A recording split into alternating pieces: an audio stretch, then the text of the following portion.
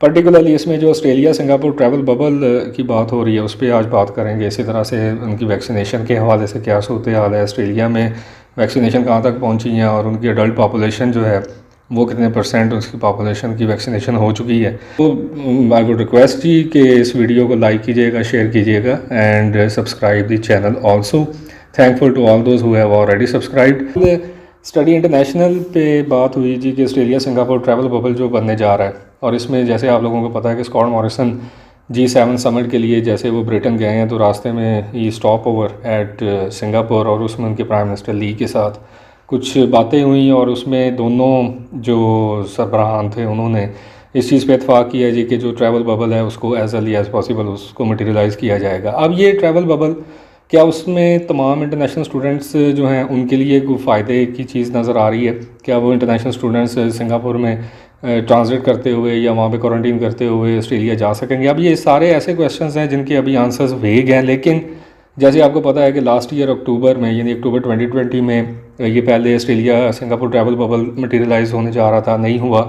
Then मार्च 2020 के अंदर 2021 के अंदर वी हैव सीन के दोबारा से ये चीज़ें सामने आई कि वो मटीरियलाइज़ होगा, लेकिन नहीं हो सका।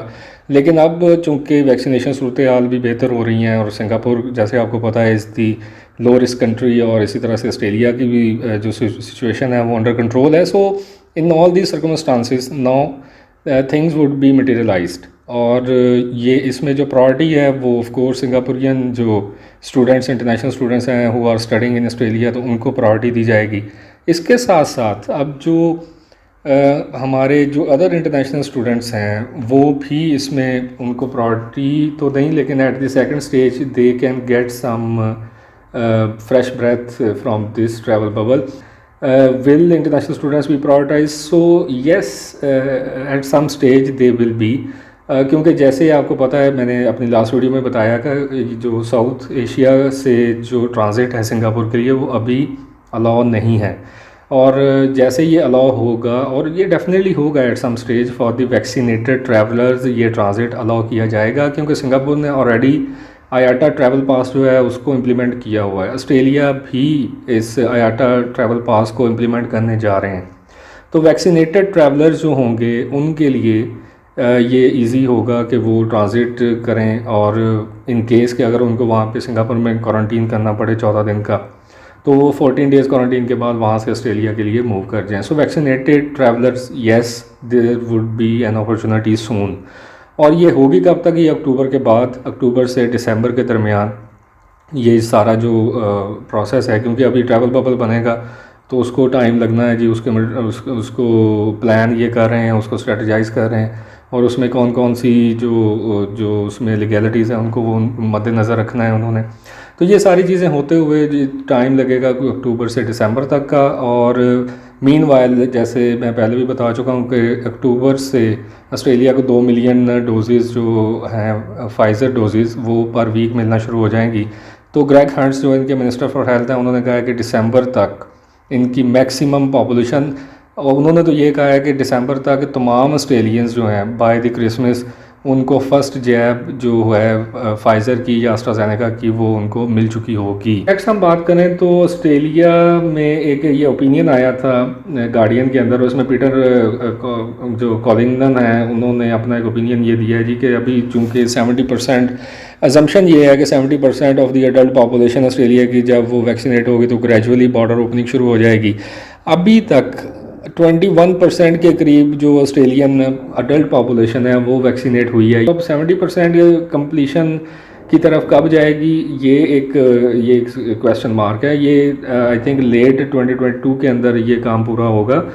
लेकिन अब अगर इसी तरह से ये काम चलता रहा, यानी अगर कोविड-19 का 1-2 केसेस आए और लॉकडाउन हो जाए और ऑस्ट्रेलिया दोबारा से जो है वो सारा बंद करके अपने आप को बैठ जाए, तो क्या इस तरह से वो ग्लोबली कनेक्टेड रहेंगे? ये एक बहुत बड़ा क्वेश्चन है। ये एक बहुत बड़ा इस वक्त इस पे जो है वो सवाल अब उठने शुरू हो गए हैं, क्योंकि इस तरह से ये कोविड-19 अब हमें एक रूटीन की चीज़ लेके चलना पड़ेगा जी इसको। ये पेंडेमिक नहीं, ये एंडेमिक बन चुकी है, और इसमें 1 या 2 केसेस या 4 केसेस या 10 केसेस जो हैं वो आते रहेंगे। अब उनकी बेसिस के ऊपर अब इसमें ओपिनियन के अंदर भी ये बताया गया है कि वैक्सीनेशन ड्राइव जो है वो चल रही है। अब ये वैक्सीनेशन जो है वो सीरियस इलनेस से बचाएगी, लेकिन ये ट्रांसमिशन कंट्रोल जिसको अगर आप कह रहे हैं कि एक भी बंदा जो है वो अब कोविड का शिकार ना हो, तो ऐसा शायद अभी मुमकिन नहीं होगा। और ये सारी पेंडेमिक को ख़त्म होने में कुछ 4 से 5 साल का अरसा दरकार होगा, और ये ग्रेजुअल डिक्रीज़ जो इसमें आएगा वो बाय द एंड ऑफ 2022 है। ऑस्ट्रेलिया के अंदर जो मेजर प्रॉब्लम इस वक्त चल रहा है वो हेजिटेंसी ऑफ टेकिंग वैक्सीन है।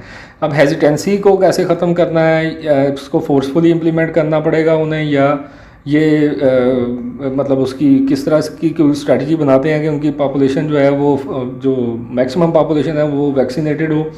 तो ये इनको अब देखना पड़ेगा, क्योंकि hesitancy is the major problem in Australia, और लोग वहाँ पे वैक्सीनेशन नहीं ले रहे हैं।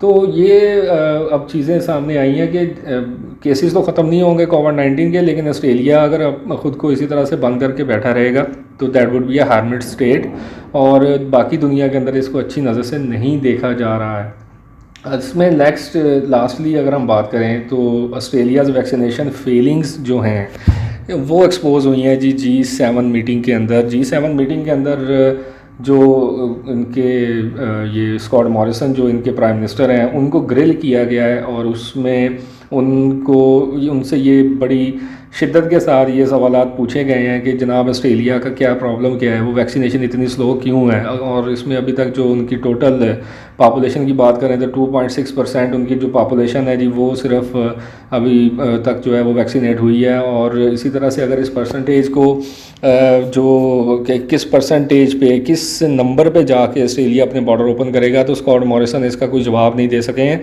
और वो उस पर उनको कोई बात ही नहीं आई है जी कि वो क्या इसका कहें कि किस नंबर पे जो है वो दोबारा से अपने बॉर्डर्स इंटरनेशनल ट्रैवलर्स के लिए वो ओपन करेंगे। तो देखा जाए तो ये जिम्बाब्वे, पीरू और लेबनान से भी कम परसेंटेज है जी वैक्सीनेशन की। अब ये एक डेवलप्ड नेशन का ये हाल है कि वो वैक्सीनेशन भी नहीं करवा रहे हैं। तो अब ब्रिटेन और यूएस की अगर बात करें तो ब्रिटेन में 43% उनकी जो टोटल पॉपुलेशन है जी वो वैक्सीनेट हो चुकी है, और यूनाइटेड स्टेट्स की 47% ऑफ द टोटल पॉपुलेशन जो है वो वैक्सीनेशन उनकी कंप्लीट हो चुकी है। अब ये चीज़ें जो हैं इसमें जो स्कॉट मॉरिसन थे उन्होंने अपने आप को डिफेंड करते हुए यही कहा कि जी कि आप देखें यूके के अंदर तो बहुत सी पॉपुलेशन जो है वो ऑलरेडी हो चुकी है, वैक्सीनेशन उसकी हो चुकी है, लेकिन उसके बावजूद भी जो केसेस हैं वो सामने आ रहे हैं। तो वो सीरियस इलनेस, भाई इनको कुछ स्कॉट मॉरिसन को समझाए कि वैक्सीन से ट्रांसमिशन उतनी अफेक्टिवली नहीं रुकेगी, लेकिन जो सीरियस इलनेस है और जिसमें डेथ के चांसेस जो नॉर्मल कंडीशन में जो normal Covid cases, corona virus के जो केसेस हैं उसमें डेथ चांसेस ज़्यादा होते हैं, वो चांसेस नेग्लिजिबल हो जाएंगे। अगर आपके कोई क्वेश्चंस हो please do comment and I would love to give answers to those comments. और अपना बहुत सा ख्याल रखिएगा, अपने लव्ड वंस का ख्याल रखिएगा। Have a good care of yourself जी, टेक केयर, बाय।